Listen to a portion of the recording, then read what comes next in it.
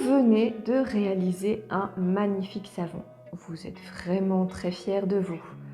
Il repose gentiment dans son moule et 48 heures plus tard, quand vous vous apprêtez à le démouler, vous vous apercevez qu'il est recouvert d'une étrange pellicule blanchâtre.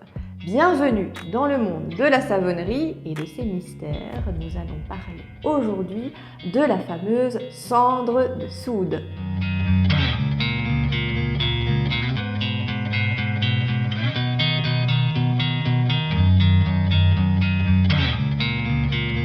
Bonjour à toutes et à tous, je vous retrouve aujourd'hui pour vous parler de cette fameuse cendre de soude qui suscite énormément de questionnements. Alors, d'où provient-elle? De quoi s'agit-il exactement? Comment peut-on l'éviter? Et qu'est-ce qu'on peut faire quand elle est installée? Je vous dis tout dans cette vidéo. Alors tout d'abord, à quoi ressemble cette fameuse cendre de soude, qui n'est d'ailleurs ni de la cendre ni de la soude à proprement parler. Donc en fait, il s'agit bien vraiment d'une pellicule blanche qui peut être plus ou moins épaisse et qui vraiment va être marquée à la surface de votre savon.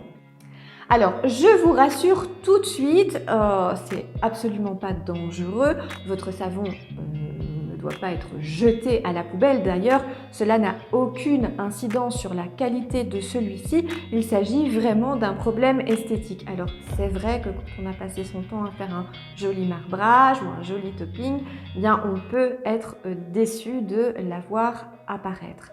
C'est tout simplement une réaction chimique en réalité entre l'hydroxyde de sodium, la soude présente dans votre savon, qui réagit au contact du gaz carbonique contenu dans l'air. Ce phénomène pourra être plus ou moins fort selon certains facteurs qui vont le favoriser. C'est le cas par exemple si vous avez mis en moule avec une trace trop fine, si vous avez une trop grande concentration d'eau dans votre recette, si vous avez démoulé trop tôt, si votre recette comprend des huiles qui ont tendance à ralentir un petit peu la trace, un peu comme l'huile d'olive, mais aussi si votre savon est dans une pièce trop froide ou trop humide. En règle générale, tout ce qui va ralentir le processus de saponification va provoquer cette cendre de soude.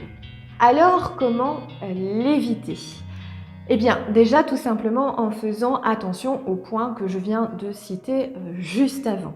Vous pouvez aussi recouvrir d'un film plastique votre moule une fois que vous avez mis votre pâte. Alors attention, quand on dit de recouvrir avec un film plastique, il faut vraiment que le plastique repose sur la surface du savon pour éviter un maximum qu'il y ait un contact avec l'air. Alors bien évidemment, quand on a fait un joli marbrage de surface ou un topping, cette option n'est tout simplement pas envisageable, au risque vraiment de saboter tout votre travail. Certaines savonnières proposent aussi de vaporiser avec de l'alcool isopropylique.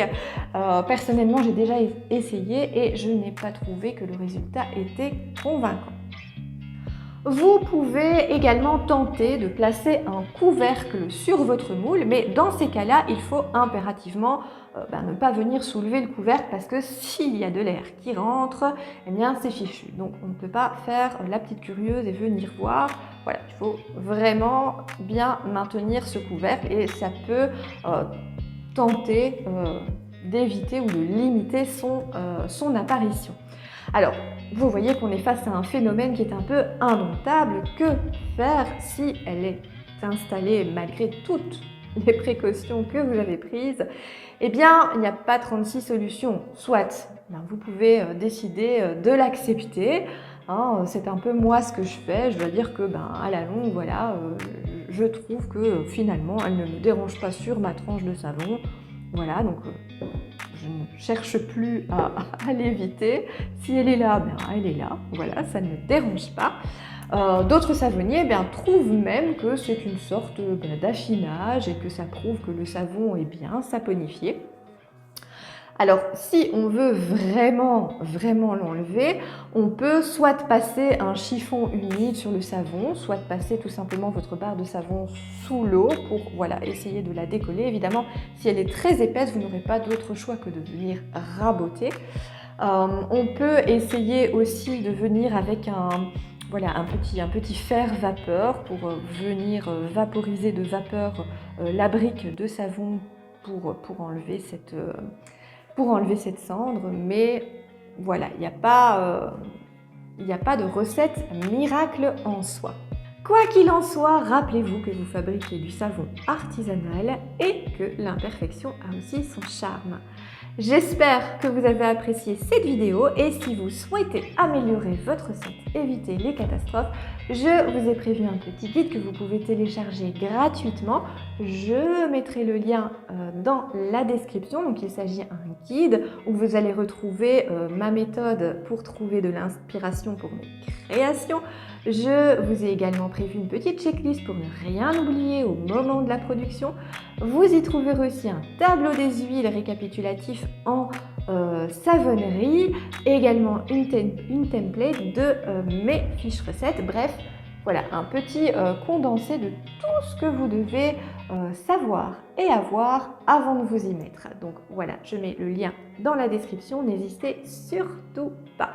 Je vous retrouve bientôt pour une nouvelle vidéo et je vous embrasse bien fort.